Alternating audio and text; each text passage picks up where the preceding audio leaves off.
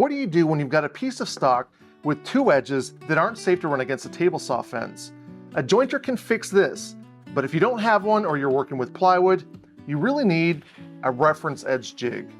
That's what I've got here, and as a bonus, it'll also make tapering really easy.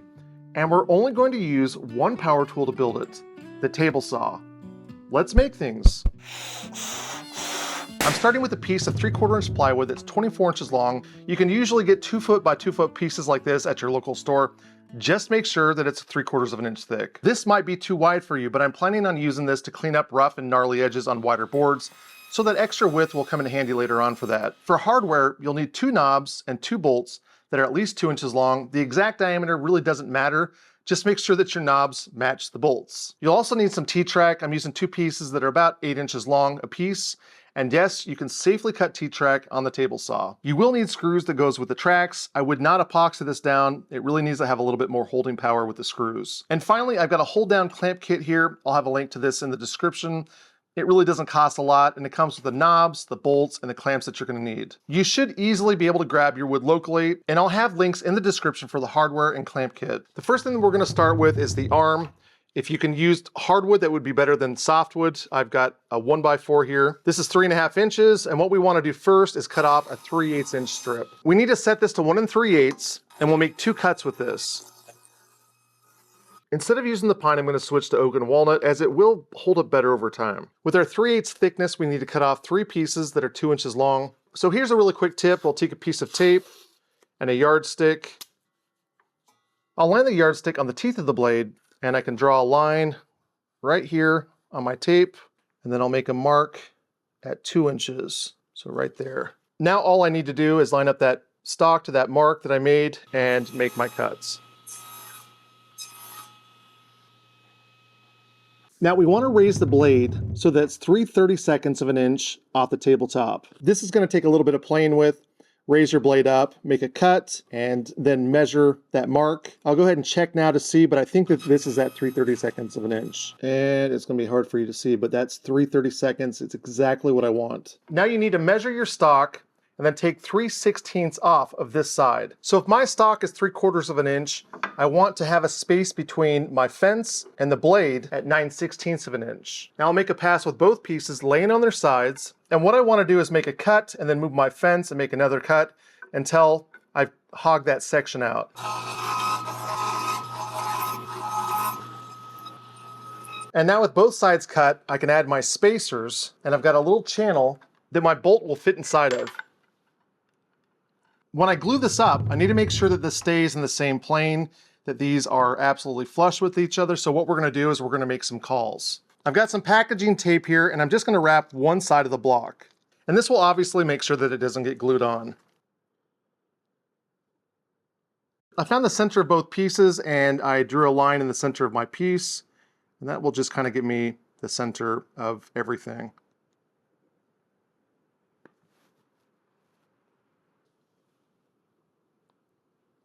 Now we'll add our pieces so that our tape's covering the middle. We'll give the glue some time to do its magic, and we'll come back. While that dries, we're going to come back to the table saw, and we're going to lower the blade so that it's the height of our T-track. Because this really is important, I'm going to make another cut and check the depth. It looks like I'm about a little bit less than 3/8 of an inch, which is what my T-track width was. But I think I'll raise it just a hair. Now what I'm going to do is put a scrap piece of wood on my fence, and then I want to measure 3 inches away from the blade, from that scrap. So if I hold that on there, right about there is 3 inches. With my camera up above, you can see that I'm right at 3 inches from the piece of wood. So now I'm going to move this down so that it's about 8 inches away from the blade, and I want to add a piece of double-sided tape to the side of it. And I'm just going to push it up against the fence here.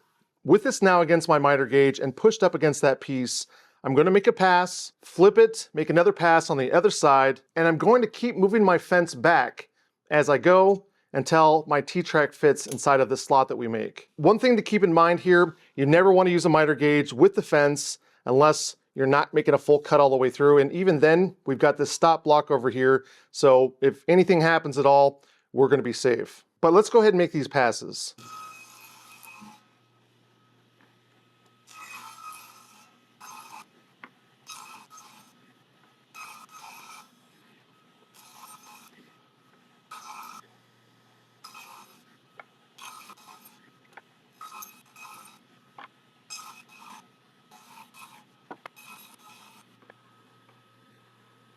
You can see that mine are a little bit short, which is fine because these were just some cutoffs that I had. For me, I'm gonna find the center of them, which is an inch. I have an inch on either side, so right there is gonna be fine. And now I'm gonna add my number 6 screws. These are 1/2 inch. True to my word, I'm not gonna use a battery-powered drill here. You could if you wanted to, but plywood is soft enough you can drive a screw in with just a screwdriver. I'm gonna open this up and I'm gonna hope that it works. I have not used this before.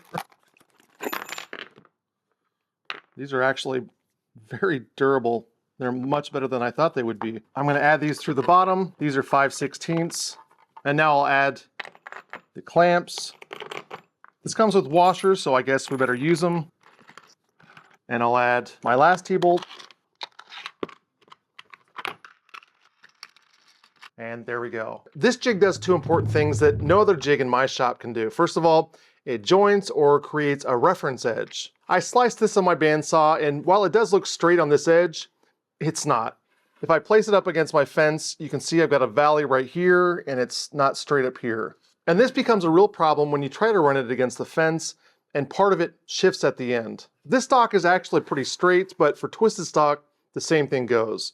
As you push it through, it can shift or bind, but with this jig, the workpiece is clamped down and supported so it stays stable throughout the cut. What I'll do to make sure that this is straight is I'll butt this up against the back fence, and then I want to kind of get my size to be about the same across here. So I'll go 6 inches on either side, clamp this down.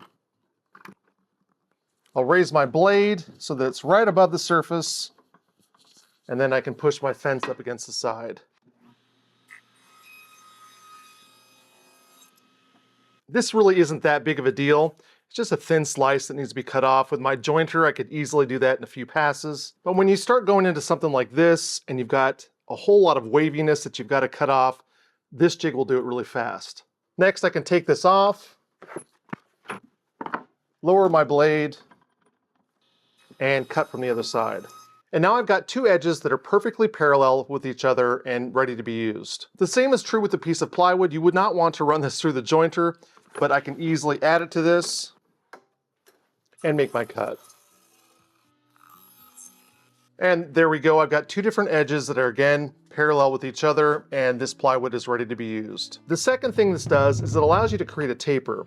If I want to taper on one edge, all I'm really doing is creating a difference between 2 points. Most tapering jigs, you'll notice, have like a hook on the end. Because we are clamping things down, that hook really is not that important, but it does do one thing and one thing really well, and that gives you a repeatable cut each time. I didn't add one here because it gets in the way when you're trying to create a reference edge, but you could either glue a block to the end or even just take a piece of double-sided tape, add it to a block, stick it on the side, and you're ready to make a cut. Then each time you make a cut, you have something to reference to.